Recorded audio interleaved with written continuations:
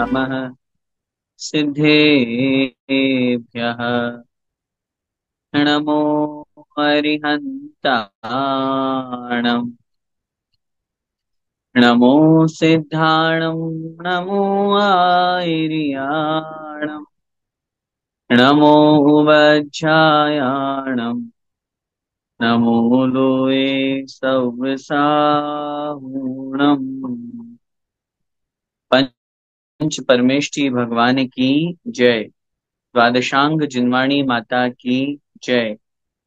चारित्र चक्रवर्ती 108 श्री शांति सागर जी महामुनिराज की जय। संत शिरोमणि आचार्य भगवंत 108 श्री विद्यासागर जी महामुनिराज की जय। परम पूज्य गुरुदेव निर्यापक श्रवण मुनि पुंगव श्री सुधा सागर जी महाराज की जय। अढ़ाई द्वीपस्थ समस्त महामुनिराजों की जय। श्रमण संस्कृति सिद्धांत प्रवेशिका भाग 3 का हमारा स्वाध्याय चल रहा है और इस स्वाध्याय के अंतर्गत द्वितीय पाठ जो अद्वितीय है, क्योंकि पंच परमेष्टि जो हमारे स्तवन के मुख्य आधार हैं, हमारे यूं समझ लीजिए प्राण हैं, हमारे द्वारा जो पूज्यता के अंतर्गत जिनकी हम दिन रात पूजा अर्चना किया करते हैं या जिनका स्मरण मात्र से सभी पापों का नाश हो जाता है, ऐसे पंच परमेष्टि का व्याख्यान चल रहा है। पंच परमेष्टि के अंतर्गत निश्चित रूप से जब हम बात करते हैं अरिहंत, सिद्ध, आचार्य, उपाध्याय और साधक, इन पांचों परमेष्टियों में हमने अरिहंत भगवान के स्वरूप को जाना, जिनको जानने से हमें इस बात का ज्ञान हुआ, मैं जिनकी पूजा करता हूँ, मैं जिन्हें अपना देव मानता हूँ, जिन्हें अपना भगवान मानता हूँ, वे कैसे होते हैं, कैसे होने चाहिए, उसका ज्ञान हमें अरिहंत भगवान के स्वरूप से हुआ।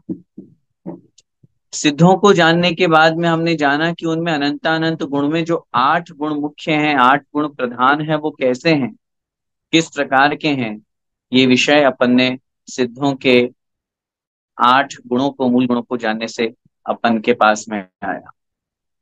तीसरे नंबर पे आचार्य परमेष्टि की हम चर्चा करते हैं और आचार्य भगवंत तो निश्चित रूप से आचार्य भगवंत विद्यासागर जी महामुनिराज, जब मैंने पिछली कक्षा में भी ये बात कही थी कि वास्तव में मूल गुणों से वो सुशोभित नहीं थे, बल्कि मूल गुण उनसे सुशोभित थे।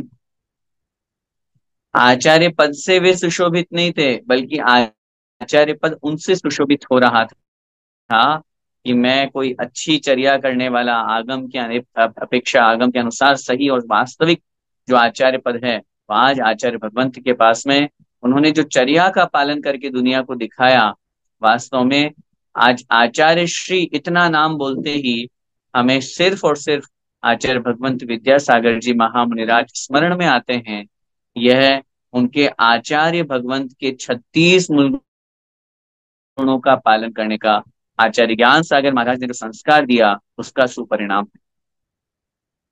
उन्हीं आचार्य भगवंत के उन 36 मूल गुणों में अपन ने जो 12 प्रकार के तप की यहाँ पर चर्चा की थी, क्योंकि 12 प्रकार का जो, क्योंकि जब पूरे 36 मूल गुणों की हम बात करते हैं तो द्वादश तप, दश धर्म, जुत पाले पंचाचार, षट आवश्यक गुप्ति त्रय, आचारज गुणसार,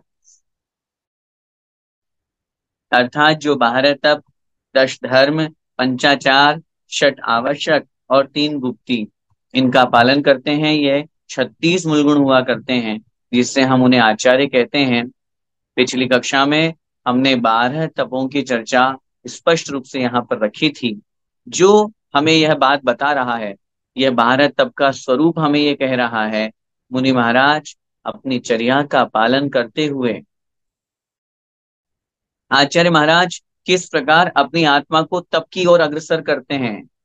ये 12 तप आवश्यक उनके 36 मूल गुणों के अंतर्गत है। प्रायश्चित, विनय, वैयावृत्य, स्वाध्याय, वित्सर्ग और ध्यान, इन 12 तपों में स्पष्ट रूप से 6 अंतरंग और 6 बहिरंग, अभी जो हमने नाम लिए वो 6 अंतरंग तप है। और इन 6 अंतरंग तपों में भी ध्यान तप जो है वह बहुत उत्कृष्ट है, वह बहुत महान है।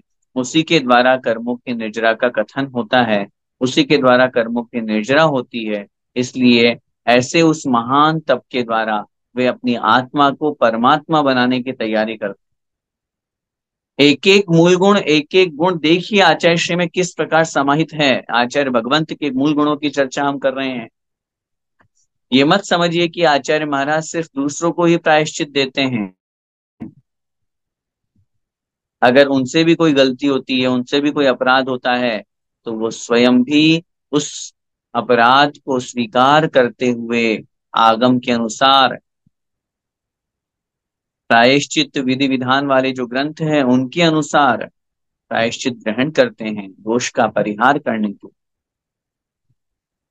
इतने बड़े महान आचार्य पद पर बैठने के बाद में भी वे अन्य अपने से भले ही छोटे साधु है तो क्या हुआ, उनकी विनय करते हैं। ज्ञान की विनय, ज्ञानी की विनय, तप करने वालों की विनय। वैयावृत्य, स्वाध्याय, सोचिए, निरंतर एक ही कार्य, मुझे अपना अध्ययन करना है। और आत्म अध्ययन करने के लिए, आत्मावलोकन करने के लिए शास्त्रों का अध्ययन करके अपने आप की उस श्रद्धान को, अपने ज्ञान को मजबूत करते हैं। और उसी के अंतर्गत वैयावृत्ति, सोचिए, मैंने आपको उदाहरण दिया था पिछली कक्षा में।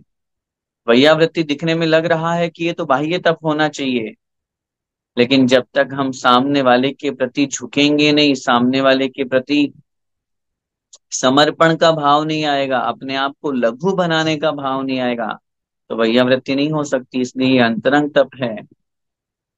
आचार्य श्री ने तो क्या क्या नहीं किया, सोचिए। आचार्य ज्ञान सागर महाराज की जो उस समाधि की अवस्था में जो वैयावृत्ति की उनकी संलेखना के समय में, जो देखने वाले हैं वो आज भी अपनी आंखों से देखने वाले स्पष्ट कहते हैं, इतनी वैयावृत्ति, इतनी सेवा तो कोई सगा बेटा भी अपने पिताजी की ना करे। करोड़ों अरबों खरबों रुपए की संपत्ति दे करके जा रहे हैं पिता, फिर भी नहीं करे। इतना निस्वार्थ भाव से अपने गुरु की सेवा करना। और न केवल गुरु की, अनेका अनेक शिष्यों की उन्होंने समाधि कराई, अनेक गृहस्थों की व्रतों व्रत देकर के उनकी समाधि कराई। उनकी स्वयं वैयावृत्ति करते थे आचार्य श्री। मुझे एक प्रसंग याद आ रहा है। एक बार एक शपक, शपक का मतलब होता है जो संलेखना धारण कर रहे हैं उनको शपक कहते हैं। वो शपक जब उस अवस्था में थे तो उन्हें घबराहट हुई और वॉमिट करने का उनका मन हुआ। तो उन्होंने किसी पात्र के लिए इशारा किया। आचार्य श्री उस समय वहां थे उनकी सेवा में। तो आचार्य श्री ने अपने दोनों हाथ आगे कर दिए और कहा, इसमें आप अपना वमन रख लीजिए, वमन उल्टी कर दीजिए। तो वो जो शपथ थे वो थोड़ा संकुचाए, मन में विकल्प हुआ, अरे मैं आचार्य श्री के हाथ में कैसे कर दूं, ये तो मेरे गुरु हैं, मैं इनसे अपने वैयावृत्ति करवा रहा हूँ, ये मेरे लिए बड़ा पाप है। क्योंकि शिष्य तो यही सोचेगा, लेकिन मैं इनको वमन कैसे कर दूं, इनको कैसे दे दूं, इनके हाथ में कैसे कर दूं। उन्होंने फिर इशारा किया, नहीं, मुझे आपके हाथ नहीं, पात्र चाहिए महाराज। तो आचार्य श्री मुस्कुराते हुए बोले, ये भी तो कर पात्र है।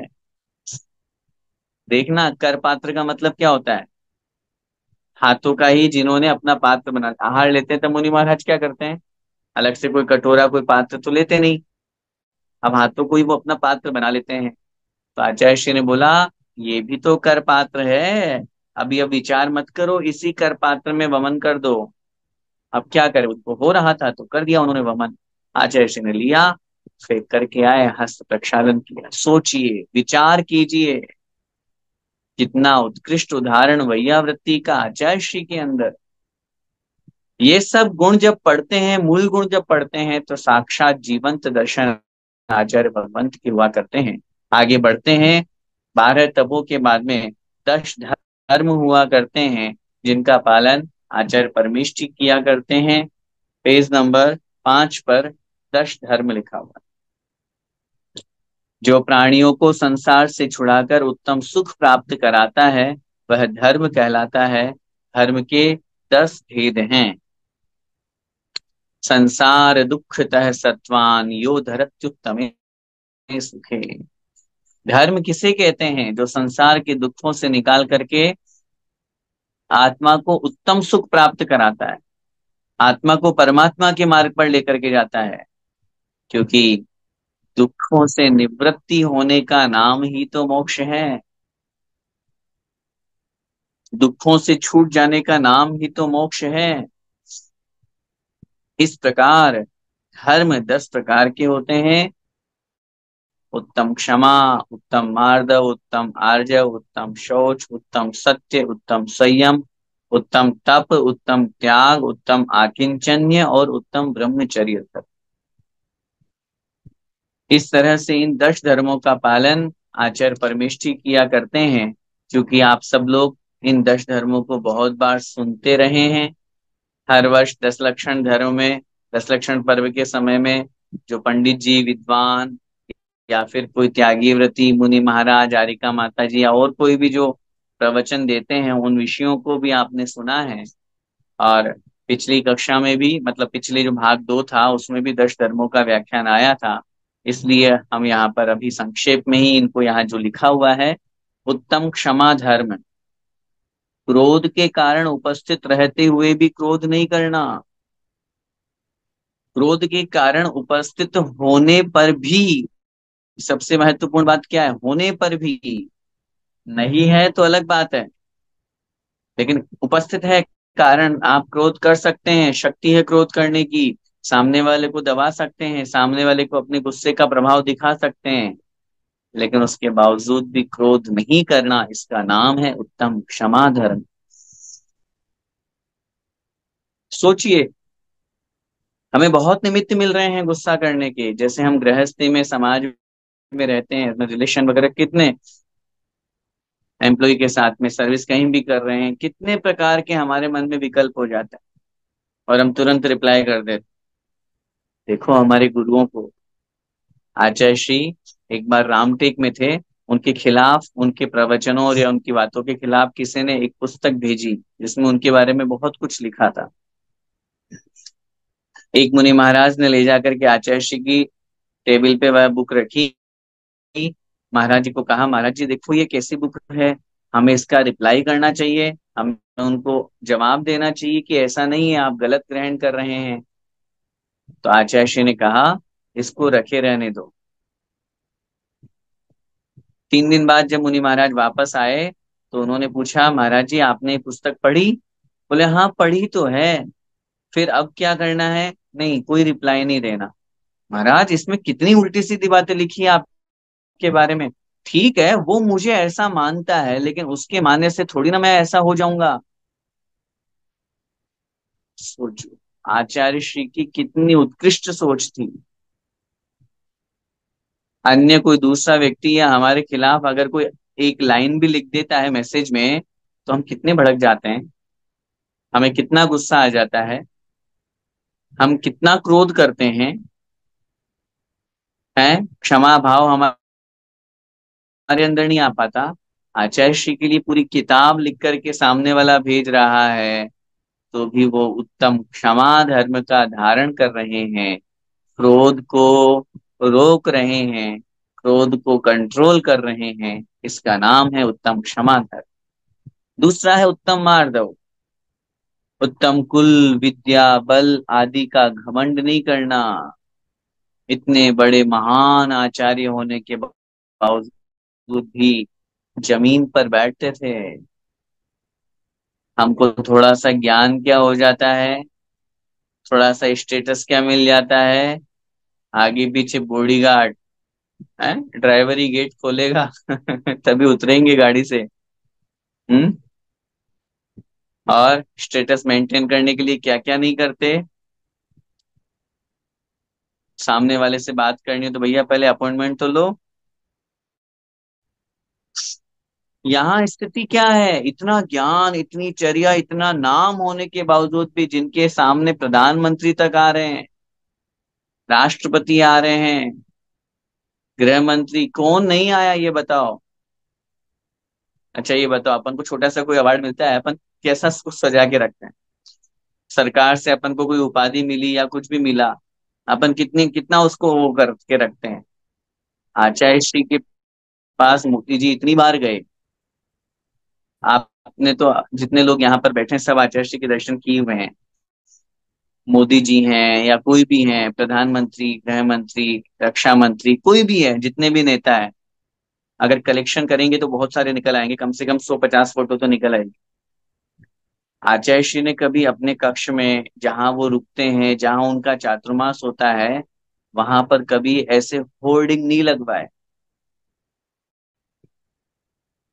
सोचिए, लगाने वाले तो बहुत है, लगा लगा देंगे, लेकिन उन्होंने कभी वो स्वीकार ही नहीं किया। क्यों लगाना? हाँ, अगर मैं इनको देखूंगा तो मेरे अंदर अभिमान जागृत हो जाएगा। अच्छा, मेरी पहचान मोदी जी से भी है, प्रधानमंत्री से भी है, प्रधानमंत्री भी मेरे पास आकर के झुकता है। उनके समाधि के पश्चात आदरणीय पीएम साहब ने जो कहा, उनसे मेरा व्यक्तिगत रिश्ता था, व्यक्तिगत रिलेशन था। मैं कोई भी समस्या का समाधान प्राप्त करने के लिए पास उनके पास भेजता था, और अगले ही दिन मुझे उत्तर मिल जाता था। सोचिए, इतनी व्यस्तता होने के बावजूद भी जो, जिनका सीधा पीएम से संपर्क हो, फिर भी अहंकार ना हो, तो उत्तम मार्दव गुण कितना बड़ा होगा, कितना बड़ा होगा, ये तो सोचिए जरा। ये कहलाता है। अब आप सोच रहे होंगे, आप 10 धर्म पढ़ा रहे हो या आचार्य श्री पढ़ा रहे हो? उत्तर मिलेगा, हम आचार्य परमेश जी के मूल गुण पढ़ा रहे हैं। और आचार्य परमेश जी के मूल गुण में 10 धर्म है, तो 10 धर्म की व्याख्या जिसमें घटित हो जाएगी। उदाहरण और भी बहुत सारे, समय लग जाएगा। आप मृदुता की बात कर रहे हो तो चलो ज्ञान सागर महाराज को ले लेते हैं। आचार्य भगवंत के जो गुरु रहे ज्ञान सागर महाराज, अब उनमें कितना मार्दव गुण कूट कूट के भरा हुआ था। कौन गुरु चाहता है मेरे से ज्यादा मेरे शिष्य का नाम बताओ? चाहता है कोई गुरु? है? कोई नहीं चाहता। लेकिन आचार्य ज्ञान सागर महाराज, सच्चा गुरु चाहता है हमेशा। जो खोटा गुरु है वो तो तिरोहित करना चाहेगा, वो तो सामने वाले को के पैर टांग खींचना चाहेगा। सच्चा गुरु चाहता है मेरा शिष्य मेरे समान नहीं, मेरे से भी आगे बढ़े। क्या लिखा है मानतुंग स्वामी महाराज ने? नात्यद्भुतम भुवन भूषण भूतनाथ है, भूतेर गुणेर भुवि भवंतम अभिष्टुवंत, तुल्या भवन्ति भवतो ननु तेन किं वा, भूत्याश्रितम यैहनात्म समम करोति। स्पष्ट रूप से लिख रहे हैं आचार्य भगवंत, अगर कोई मालिक अपने नौकर को अपने समान न बना ले तो क्या मतलब उस मालिकाना का। और अगर बना लेता है तो वास्तव में वही सच्चा मालिक है, जो नौकर को भी अपने समान बना।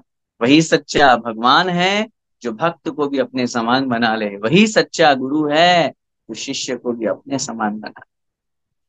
और उन्होंने क्या किया? समाधि के समय अपने शिष्य के चरणों में बैठ करके नमोस्तु करके निवेदन किया, समाधि के लिए अपना पद उनको प्रदान किया, उनको ऊंचा सिंहासन दिया, खुद नीचे बैठ गए। इससे बड़ा उत्तम मार्दव का और क्या उदाहरण चाहिए भाई? ये है आचार्य भगवंत के 36 मूल गुणों में 10 धर्म के अंतर्गत उत्तम मार्दव का सर्वोत्कृष्ट उदाहरण। तीसरे नंबर पे है उत्तम आर्जव धर्म, अर्थात मायाचारी का त्याग करना, रिजुता, सरलता, बिल्कुल बालक वत। आज भी उनकी हंसी देखते हैं, आज भी उनका चेहरा देखते हैं, आज भी उनके प्रवचन सुनते हैं, तो ऐसा लगता है बिल्कुल कोई कोई अंदर कोई मायाचारी नहीं है, छल कपटी नहीं है। किसी किसी के तो बात करने में, मुस्कुराहट में मायाचारी स्पष्ट ही दिख जाती है, भैया ये तो ऐसे ही है। आचार्य श्री, आचार्य श्री उत्तम शौच धर्म, अर्थात लोभ का त्याग करना और आत्मा को पवित्र बनाना। लोभ सिर्फ धन संपत्ति का नहीं होता, अपने यश का लोभ, अपनी कीर्ति का लोभ, अपनी प्रसिद्धि का लोभ, धन संपत्ति का लोभ, शरीर का लोभ, ये सब लोभ होते हैं। इनका सबका त्याग करके और आत्मा को पवित्र बनाना। क्योंकि अगर बाहर की शुचिता की तरफ ध्यान देंगे तो सागर के जल सो शुच कीजे तो भी शुद्ध न होगी। कितना ही पानी डाल लो, शुद्ध नहीं होने वाले। लेकिन यदि आत्मा को एक बार पवित्र बना लिया, जो शरीर स्वभाव से अपवित्र है, उसके माध्यम से इस मनुष्य पर्याय को सार्थक करने के लिए यदि रत्नत्रय को धारण कर लिया तो स्वभावतः अशुचौ काये रत्नत्रय पवित्र थे, यह शरीर भी रत्नत्रय से पवित्र बन जाया करता है। उत्तम सत्य धर्म, राग द्वेष पूर्वक असत्य वचनों को छोड़कर हित मित और प्रिय वचन बोलना। किसी के राग के आवेश में आकर के हमने झूठ बोल दिया, किसी के प्रति द्वेष भावना रखते हुए, गलत भाव रखते हुए हमने उसको झूठ बोल दिया, ये असत्य है। और उन सब से रहित होकर के, बिल्कुल निष्पक्ष होकर के और हित मित और प्रिय वचनों का प्रयोग करना, ये कहलाता है सत्य वचन। क्योंकि यदि सत्य वचन है और निष्ठुर है, निंदनीय है, गर्हित वचन है, असभ्य वचन है, तो भी वो असत्य की कोटि में आते हैं। और यदि असत्य वचन कदाचित, भले ही वो असत्य है, लेकिन यदि किसी की जीव हिंसा होने से रोक रहे हैं तो भी वो सत्य के अंतर्गत आते हैं, ऐसा समझना चाहिए। छठे नंबर का धर्म है उत्तम संयम धर्म। किसे कहते हैं? पांच इंद्रिय और मन को वश में करना तथा छह काय की जीवों की रक्षा करना। दो प्रकार का जो संयम हुआ करता है, इंद्रिय संयम और प्राणी संयम।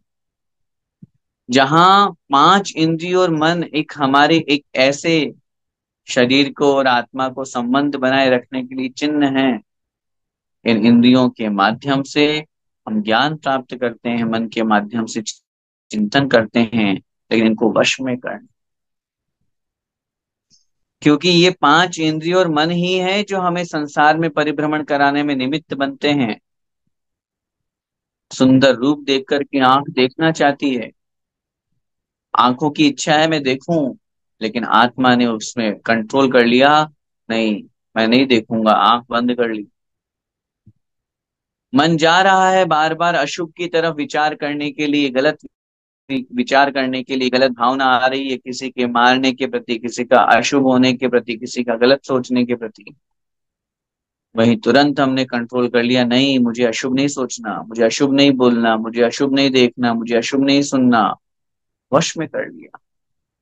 और ऐसे षट काय के जीवों की विराधना, छह काय के जो जीव कहे गए हैं, पृथ्वी का एक, जल का एक, अग्नि का एक, वायु का एक और वनस्पति का एक, इन छह काय के जीवों की, पांच तो ये स्थावर और एक त्रस काय, इन छह काय के जीवों की विराधना नहीं करना, हिंसा नहीं करना, ये कहलाता है प्राणी संयम। इस प्रकार दोनों मिलाकर के उत्तम संयम धर्म। उत्तम तप धर्म, बाह्याभ्यंतर बारह प्रकार के तपों का करना, जो अभी अपन ने पढ़ा था पिछली कक्षा में। बारह तप जो कहे गए हैं, छह अभ्यंतर और छह बाह्य। बाह्याभ्यंतर जो बाहर से दिख रहे हैं, अनशन, ऊनोदर, वृत्ति, पद संख्या, 10, परित्याग, विविक्त, शय्यासन, काय क्लेश। और जो अंतरंग तप हैं, प्रायश्चित, विनय, वैयावृत्य, स्वाध्याय, उत्सर्ग और ध्यान, इस इन बारह प्रकार के तपों को तपना, ये कहलाता है उत्तम तप धर्म। उत्तम त्याग धर्म, जहाँ कीर्ति तथा प्रत्युपकार की वांछा से रहित होकर के चार प्रकार का दान देना, ये कहलाता है उत्तम त्याग धर्म। दो शब्द यहाँ पर बहुत महत्वपूर्ण कहे गए, कीर्ति तथा प्रत्युपकार की वांछा से रहित होना। करोड़ों का दान कर दूंगा मैं, तो मेरा यहाँ शिलापट्ट पे स्वर्णाक्षरों में नाम लिखा जाएगा।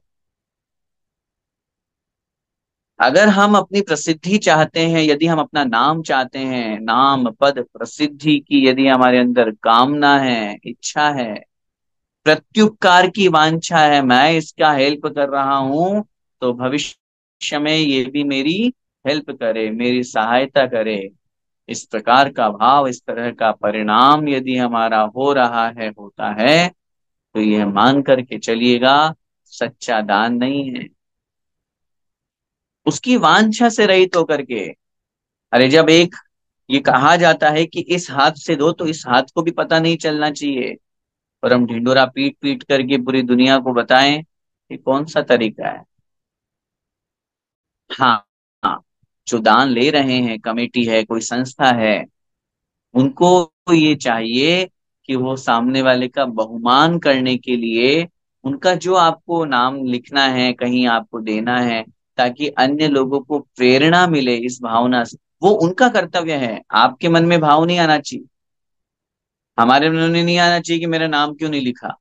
वो उनका एक लक्ष्य है, या उनका एक व्यवस्था है, ताकि अन्य लोग प्रेरित होकर के दान दें। इसलिए, लेकिन अपने जो दान देने वाला है उसके अंदर ये वांछा का भाव नहीं आए, वही सच्चा दान।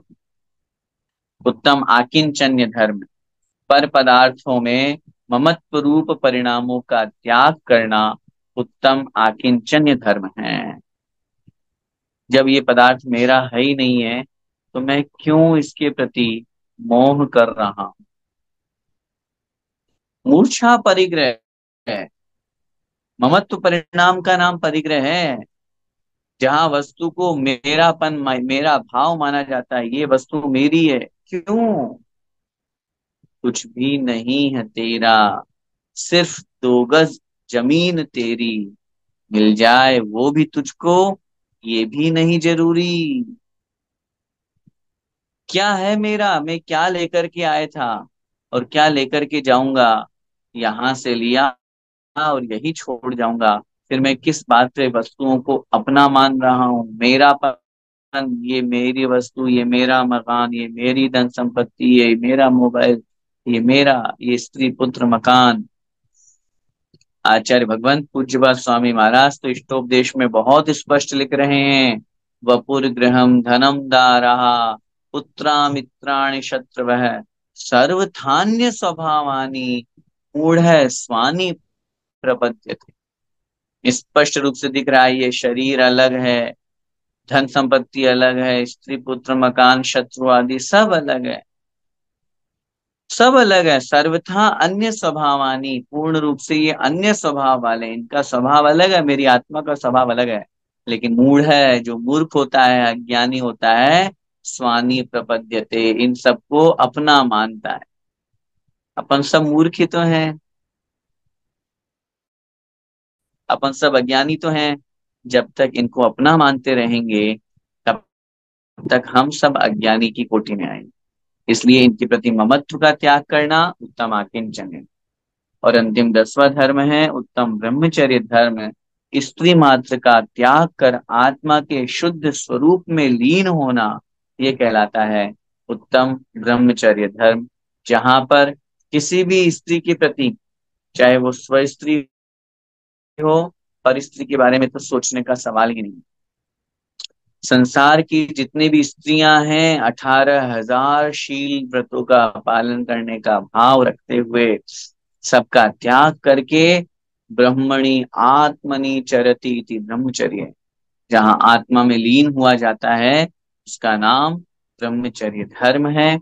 इस प्रकार ये 10 धर्म होते हैं जिनका पालन आचार्य भगवंत किया करते, आचार्य परमिष्ठी किया करते हैं। अब उसके बाद में पंचाचार और 3 गुप्ती यहाँ पर बता रहे हैं, आइए देखिए। दर्शन ज्ञान चरित्र तप वीरज पंचाचार, गोपे मन वच काय को, गिन 36 गुण सार। 12 तप और 10 धर्म की चर्चा यहाँ पर हमने कर ली है। ये हो गए हैं कुल 22। अब इसके बाद में बात कर रहे हैं पंचाचार और 3 गुप्ती। दर्शन ज्ञान चरित्र तप वीरज पंचाचार। दर्शनाचार, ज्ञानाचार, चारित्राचार, तपाचार और वीर्याचार, ये पंच आचार, 5 प्रकार के आचार होते हैं। और गोपे मन वच तन को, गोपे मन वच काय को, जो मन वचन और काय को गोपे माने गुप्त रखते हैं, उसको कंट्रोल करके रखते हैं, गोपनम नाम गुप्ती, उसे कहते हैं तीन गुप्तियां। गिन 36 गुण सार, ये 36 गुणों में इनको गिनना चाहिए।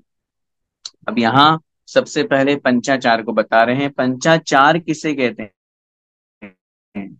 अगर अपन आचार की बात करें तो पंचाचार, जहां पर आचार का मतलब होता है जो गुण है उसको बढ़ाना और उसके दोष को हटाना। जैसे दर्शनाचार, सम्यक दर्शन के दोष को हटाना और उसके गुण में वृद्धि करना। तो आचार शब्द का मतलब होता है गुण को वृद्धि करना और दोष को घटाना, हटाना, वह कहलाता है आचार। देखिए, दर्शनाचार, ज्ञानाचार, चारित्राचार, तपाचार और वीर्याचार, ये पांच आचार हैं। ठीक है, अब एक एक की परिभाषा। सबसे पहला है दर्शनाचार, सम्यक दर्शन के दोष हटाना। जिसमें जो दोष लगे हुए हैं उनको हटाएंगे तो निश्चित रूप से उस गुण की उपलब्धि होगी, उस गुण की वृद्धि होगी, वह गुण बढ़ेगा, तो सम्यक दर्शन विशुद्ध होगा। अब सम्यक दर्शन के दोष कितने हैं? शंका आदि 8 दोष, ज्ञान मद आदि जो 8 प्रकार के मद है वो भी इसमें इंक्लूड किए जाते हैं। 6 प्रकार के अनायतन होते हैं। तो 8 दोष शंका आदि, 8 मद आदि हो गए 16, और 6 अनायतन हो गए 22, और 3 मूर्ता, ये हो गए 25 दोष। ये सम्यक दर्शन के 25 दोष कहे। इन 25 दोषों से रहित होना, अर्थात इन 25 दोषों को नहीं करना, ये कहलाता है दर्शनाचार। दूसरा है ज्ञानाचार, सम्यक ज्ञान को बढ़ाना और उसके दोष हटाना। अब सम्यक ज्ञान को बढ़ाने के लिए बहुत सारे जो निमित्त हमारे बनते हैं, उन निमित्तों को ग्रहण करना। सम्यक ज्ञान को बढ़ाने के लिए निमित्त बहुत सारे हैं। अपने ज्ञान की वृद्धि करने के लिए, अपने आप को आत्मा में ज्ञान हमारा बढ़े। वैसे तो ज्ञान आत्मा का स्वरूप है, लेकिन फिर भी उसके बावजूद भी यदि हम स्वाध्याय करते हैं, हम किसी को पढ़ते हैं, पढ़ाते हैं, तो यह हमारे ज्ञान की वृद्धि में निमित्त होता है। और उसी के साथ में उसमें जो दोष लगते हैं, संशय है, विपर्य है, अनध्यवसाय है, उन दोषों को घटाना, उन दोषों को हटाना, वो दोष न लगे इस तरह का प्रयास करना, ये कहलाता है ज्ञानाचार। तीसरे नंबर पे है चारित्राचार, सम्यक चारित्र को विशुद्ध करना चारित्राचार है। जहां हमारे अंदर जो चारित्र है, सम्यक चारित्र है, उसको और विशुद्धता की तरफ लेकर के जाना। जैसे तीर्थंकर हुआ करते हैं, जैसे तीर्थंकर वर्धमान चारित्री होते, सॉरी,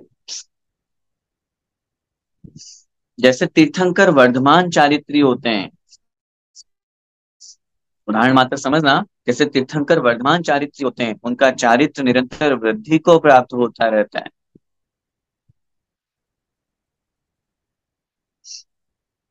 उनका चारित्र निरंतर वृद्धि को प्राप्त होता है, वो बेक नहीं होते हैं, निरंतर उनके चारित्र में वृद्धि होती रहती है, वो कहलाता है चारित्राचार। इसी तरह मुनि महाराज, आचार्य भगवंत निरंतर अपने चारित्र को बढ़ाते हैं।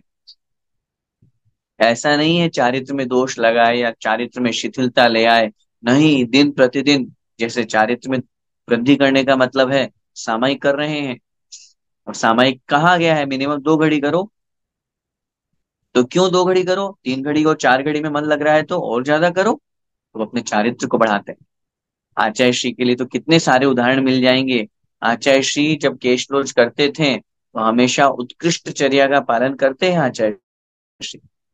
शास्त्रों में लिखा है मुनि महाराज जो होते हैं वो केशलोच 2 माह में उत्कृष्ट रूप से, 3 माह में मध्यम रूप से और 4 माह में जघन्य रूप से केशलोच उनको 4 महीने में तो एक बार करना ही पड़ेगा। आचार्य श्री ने अपने पूरे जीवन काल में, पूरे 56 वर्ष के दीक्षा काल में, पूरे 56 वर्ष के दीक्षा काल में 2 माह का उत्कृष्ट केशलोच का पालन किया था। कितनी परिस्थितियां विपरीत आई, कितनी बार उनको 103 104 डिग्री बुखार था, फिर भी नहीं माने। नहीं, मुझे तो पता नहीं कहाँ से शक्ति आ जाती है, कोई अता पता ही नहीं है, बस करते रहे। ये कहलाता है चारित्राचार, अपने चारित्र में गुणों में वृद्धि करना। इसके बाद में चौथे नंबर पे है तपाचार, तप की वृद्धि करना। निरंतर अपने तप को बढ़ा रहे हैं। अपन सुनते रहे लास्ट में उन्होंने अपने आहार को कम कर दिया था। मात्र 32 ग्रास ग्रहण करते थे, धीरे धीरे धीरे धीरे वो भी कम करते हुए उन्होंने अपने आप को उस उत्कृष्ट तप की तरफ ले गए। तप को धीरे धीरे वृद्धि कर रहे हैं, बढ़ा रहे हैं। ये कहलाता है तपाचार। और अंतिम पांचवा है आत्म बल को प्रकट करना, वीर्याचार कहलाता है। वीर्य मतलब होता है बल, शक्ति। अब आत्म बल कैसे प्रकट होगा? आत्म बल कैसे प्रकट होगा, शक्ति कैसे आएगी?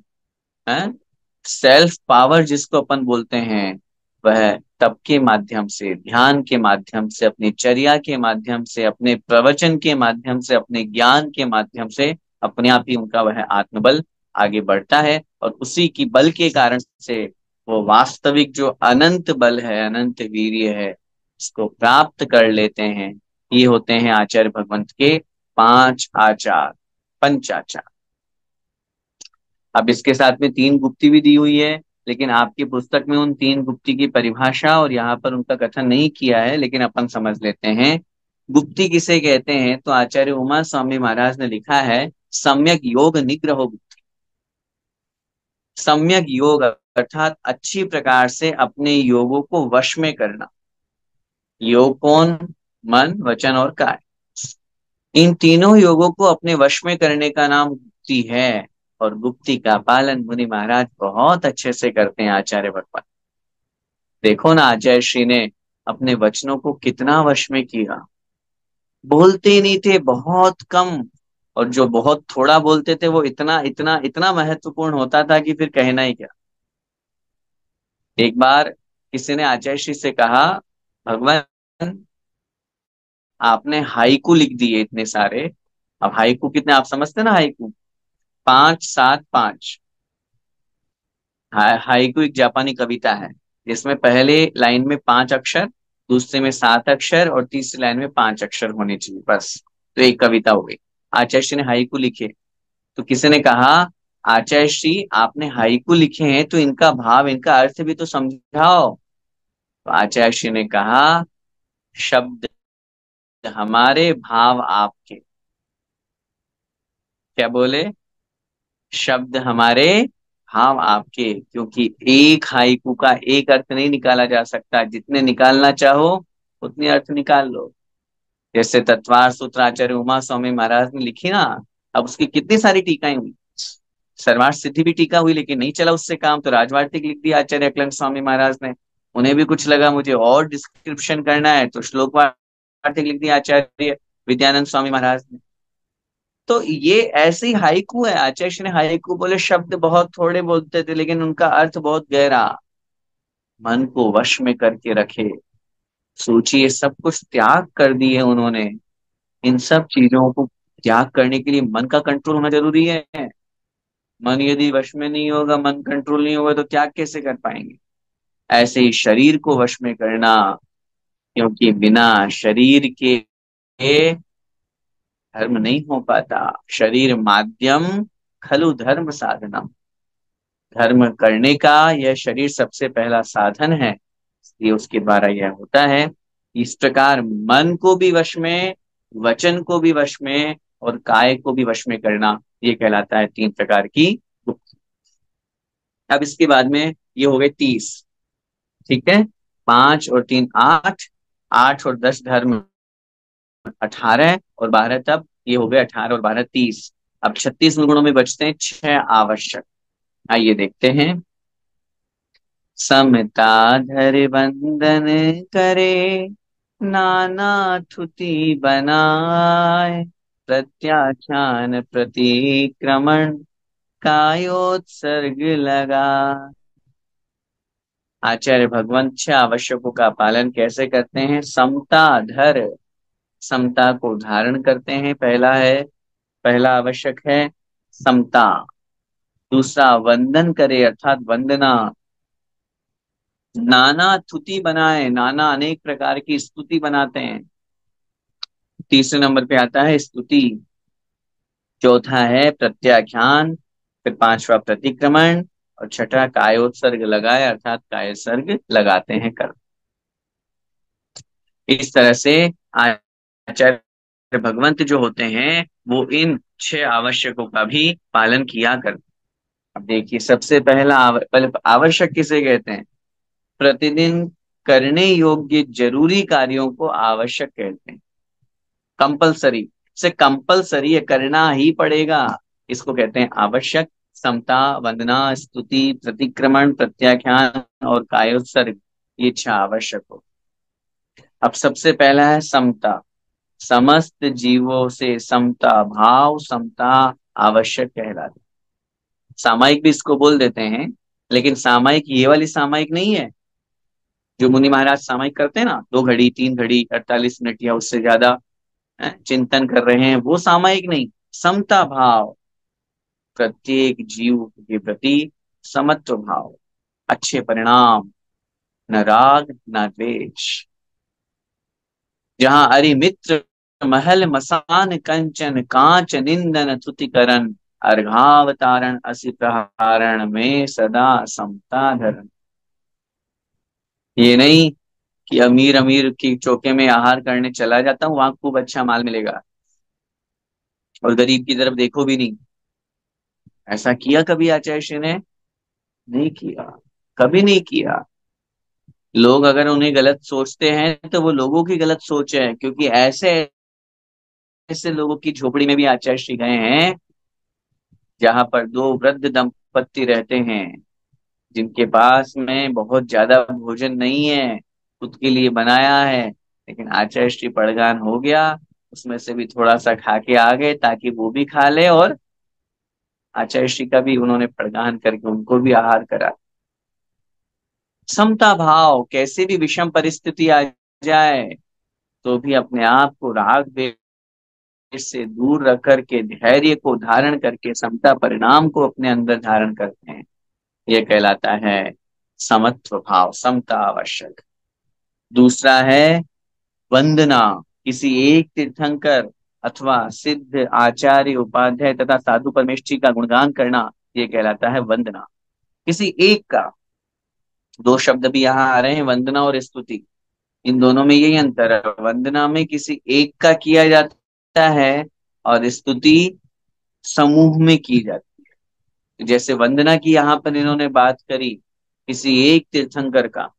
अब एक तीर्थंकर क्यों बोला?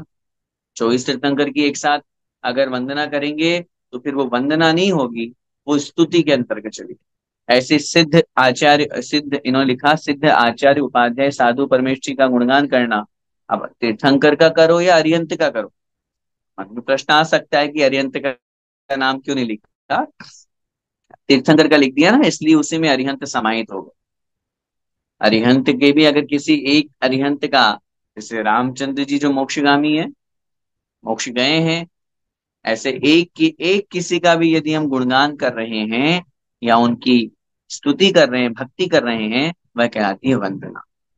और स्तुति किसे कहते हैं? 24 तीर्थंकरों का स्तवन करना स्तुति कहलाती। अब ये देखो, ये मुनि महाराज प्रतिदिन करते हैं, आवश्यक है, कंपलसरी डेली करना। हम्म। आचार्य श्री प्रतिदिन प्रतिदिन स्वयंभू स्तोत्र का पाठ किया करते थे। बड़ा वाला जो स्वयंभू स्तोत्र है ना, 120 श्लोक, जिसमें आचार्य समंत भद्र स्वामी महाराज ने जो लिखा है, उसका पाठ करते थे रोज सुबह उठ करके, बिना किसी नागा के, बिना किसी छुट्टी के। ये आवश्यक है, ये आवश्यक है, प्रतिदिन पालन करना ही है उनको। तभी तो मूल गुण पलेंगे, तभी तो मुनिचर्या का सही पालन हो पाएगा। इस प्रकार वंदना और स्तुति हुई। चौथा है प्रतिक्रमण। लगे हुए दोषों पर पश्चाताप करना प्रतिक्रमण कहलाता है। यदि मुनि महाराज चर्या का पालन कर रहे हैं, प्रायश्चित अलग है, लेकिन पश्चाताप जो हो रहा है वह कहलाता है प्रतिक्रमण। अपन जो प्रतिक्रमण करते हैं ना, हाय हाय भगवान मैंने बहुत पाप किया, मैंने उस व्रत में दोष लगा दिया, मुझे वहां नहीं जाना चाहिए था लेकिन फिर भी मैं चला गया। ये क्या है? पश्चाताप। हम भगवान से माफी मांग रहे हैं, हम भगवान से क्षमा मांग रहे हैं, भगवान गलती हो गई, भगवान मैंने बहुत सोचा मेरा मन वहां नहीं जाए लेकिन चला गया, भगवान मुझसे गलती हो गई। इस तरह ये कहलाता है प्रतिक्रमण। मुनि महाराज प्रतिदिन दिन में 3 बार प्रतिक्रमण करते हैं। सुबह उठते ही साथ में जो रात भर दोष लगे उनका प्रतिक्रमण, इसके बाद में आहार करके आते हैं तब ईरियापत करते हैं, तो आहार में जाना आना जो हुआ, आहार जो ग्रहण हुआ उसमें जो दोष लगे उसका प्रतिक्रमण, दिन भर जो दोष लगे उनका शाम को प्रतिक्रमण, और रात में जो दोष लगे उनका सुबह प्रतिक्रमण। ये 3 प्रतिक्रमण मुनि महाराज प्रतिदिन करते हैं, और आचार्य परमेष्ठी के तो मूल गुण में है तो वो तो करते ही हैं। और अगला जो आवश्यक है उसका नाम है प्रत्याख्यान, अर्थात भविष्य काल में दोषों का त्याग करना। अब यहाँ तो प्रतिक्रमण में तो पश्चाताप हो रहा था, मन में जो विकल्प था, जो दोष लगा उसके प्रति भगवान मुझे क्षमा करें ये भाव था, लेकिन प्रत्याख्यान में तो अब हमेशा के लिए उस दोष का त्याग हो गया, भगवान गलती हो गई, अब ये दोष कभी नहीं करूंगा, इसका नाम है प्रत्याख्यान। अथवा दूसरे रूप में भी कहा जाता है वो दोष लग गया, अब उस दोष के प्रायश्चित के रूप में मैं जीवन भर इस वस्तु का त्याग करता हूं, तो उन्होंने जीवन भर के लिए प्रत्याख्यान कर लिया। और अंतिम छठा है कायोत्सर्ग, खड़े होकर ध्यान लगाना तथा शरीर से ममत्व छोड़ना कायोत्सर्ग कहलाता है। शब्द ही बता रहा है काय उत्सर्ग, काय माने शरीर के प्रति, उत्सर्ग माने ममत्व का त्याग करना, शरीर के प्रति ममत्व का त्याग करना ये कहलाता है कायोत्सर्ग। और खड़े होकर के ध्यान लगाना ये तो एक रूप है, खड़े होकर लगाओ चाहे बैठ के करो, सामान्य रूप से अपन अपने एक रूढ़िगत में कायोत्सर्ग माने 9 बार नमोकार मंत्र, विशेष रूप से खड़े होकर के ध्यान किया जाता है ताकि शरीर के प्रति हमारा ममत्व भाव छूटे। इस तरह से ये आचार्य भगवंत के 6 आवश्यक गुण भी पूरे हुए।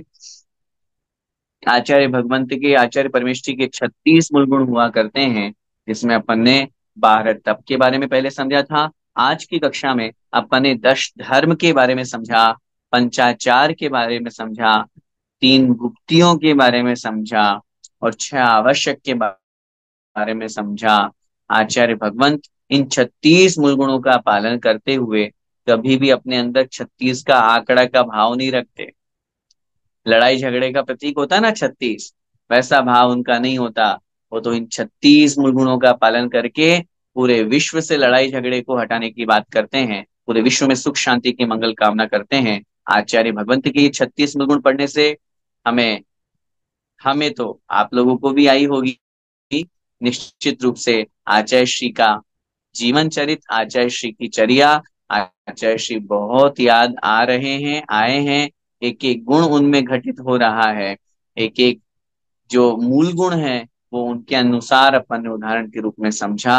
निश्चित रूप से उनका आशीर्वाद हमारे लिए सर्वोपरि है, और उसी के अनुसार या उसी आशीर्वाद के बलबूते पर अपन लोग चल पा रहे हैं, चल रहे हैं। समय भी आपका हो गया, अभी रिजल्ट में अनाउंस होना है, आपके प्रश्नोत्तर भी हो सकते हैं, तो अपन बस आज यहीं तक लेते हैं। अगली कक्षा में उपाध्याय और साधु परमेष्ठी के स्वरूप को समझेंगे। पांचों परमेष्ठियों के स्वरूप में एक एक परमेष्ठी हमारे लिए बहुत महत्वपूर्ण है। उनके मूल गुण जब अपन जानेंगे तो निश्चित रूप से अपने को समझ में आएगा कि इनका वास्तविक स्वरूप क्या है, और उस वास्तविक स्वरूप को जान करके हमें उन परमेष्ठियों की वंदना करनी चाहिए। पंच परमेष्ठी के वंदन से हमारे पाप नष्ट हो जाते हैं, उनके वंदन से मंगल होता है, उनके वंदन से आत्म कल्याण होता है। यही भाव हमारे अंदर है, यही सोच करके अपन को आगे बढ़ना है। इतना ही कहकर इसी मंगल में भावना के साथ बोले द्वादशांग में जिनवाणी माता की जय हो। आचार्य भगवंत श्री विद्यासागर जी महामुनिराज की जय। परम पूज्य गुरुदेव मुनिपुंगव श्री सुधा सागर जी महाराज की जय हो। अभिनव आचार्य श्री समय सागर जी महाराज की जय हो। अढ़ाई द्वीपस्थ समस्त महामुनिराजों की जय।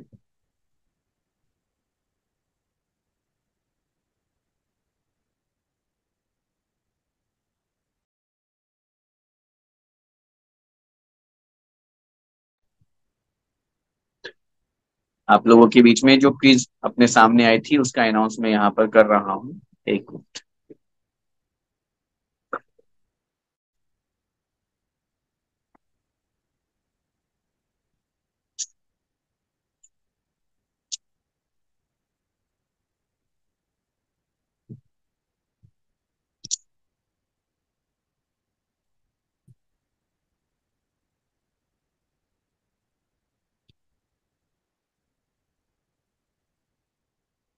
चलिए हम बढ़ते हैं क्विज की तरफ। इस बार हमारे सामने जो क्विज नंबर 14 रही है, इस 14th नंबर की क्विज में 10 प्रश्न आप लोगों के सामने थे। मैं उन 10 प्रश्नों का यहाँ डिस्कस करते हुए उनका राइट आंसर आप लोगों के बीच में रख रहा हूँ।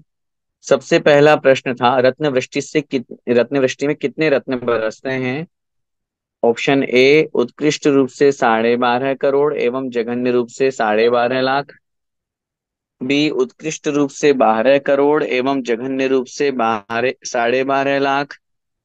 सी उत्कृष्ट रूप से 12.5 करोड़ एवं जघन्य रूप से 12 लाख। एवं डी उत्कृष्ट रूप से 12 करोड़ एवं जघन्य रूप से 12 लाख। राइट आंसर इज उत्कृष्ट रूप से 12.5 करोड़ एवं जघन्य रूप से 12.5 लाख। ये इसका राइट आंसर है, ए नंबर का ऑप्शन। सेकेंड, सम्राट चंद्रगुप्त ने यह स्वप्न देखा था, इसका फल यह था कि अब कोई क्षत्रिय राजा जिन दीक्षा धारण नहीं करेगा। सॉरी, क्वेश्चन सेकंड नंबर का था कि कल्प वृक्ष की शाखा टूटना किस सम्राट ने स्वप्न में देखा था एवं उसका फल क्या था? ऑप्शन ए सम्राट चंद्रगुप्त ने स्वप्न देखा, इसका फल था कि कोई भी क्षत्रिय राजा दिन दीक्षा धारण नहीं करेगा। ऑप्शन बी सम्राट मौर्य गुप्त ने यह देखा था, इसका फल था कि अब कोई क्षत्रिय राजा जिन दीक्षा धारण नहीं करेगा। ऑप्शन सी सम्राट चंद्रगुप्त ने यह स्वप्न देखा था, इसका कि अब सब क्षत्रिय राजा जिन दीक्षा धारण करेंगे। राइट आंसर इज ए सम्राट चंद्रगुप्त ने यह स्वप्न देखा था, 16 स्वप्न देखे थे, उसमें यह स्वप्न था जिसका फल यह था कि अब कोई क्षत्रिय राजा जिन दीक्षा धारण नहीं करेगा। क्वेश्चन नंबर 3, तीर्थंकरों के अभिषेक का क्रम बताइए। कौन कौन से तीर्थंकर का अभिषेक कहाँ होता है?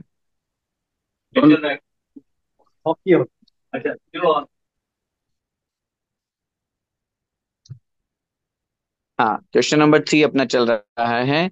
ऑप्शन ए पांडुक शिला पर पश्चिम विदेह के तीर्थंकरों का, पांडु कंवल शिला पर भारत क्षेत्र के जन्म लेने वाले तीर्थंकरों का, एवं रक्त कमला शिला पर विदेह क्षेत्र के तीर्थंकरों का अभिषेक होता है।